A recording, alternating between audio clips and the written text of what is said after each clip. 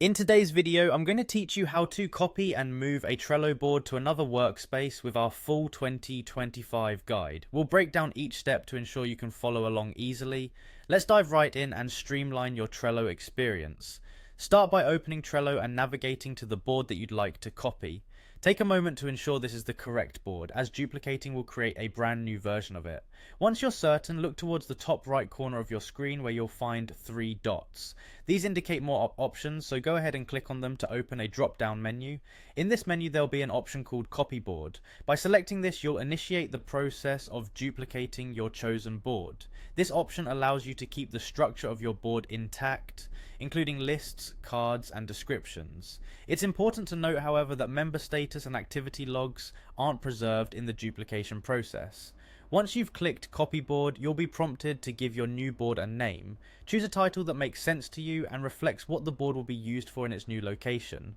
After naming your board, you're going to specify where this new board will live by selecting the workspace. The drop-down menu will show all available workspaces.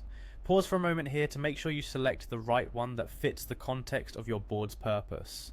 Having the correct workspace is crucial for keeping your Trello system organized and coherent, especially if you're managing multiple projects or teams. Now, with the new board named and the workspace selected, feel free to click on the Create button. At this point, Trello will generate a copy of your board in the new workspace. This is a perfect time to verify everything looks right. You can double check that all the lists, cards, and essentials have transferred properly. The next step involves a little fine tuning. Return to the new board and once again click on the 3 dots to access the menu for this board. Choose settings from the options available to ensure everything is set up exactly how you need it. If at any point you decide that this board should be in a different workspace, navigate to the relevant workspace settings and make your adjustments. Finally, when you've reviewed the settings and ensured the board's placement feels right, go ahead and click on Change to finalize any last adjustments.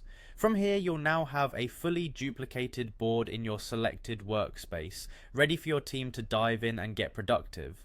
Whether you're archiving for later, collaborating with another group, or simply organizing your projects, these steps make the process clear and efficient.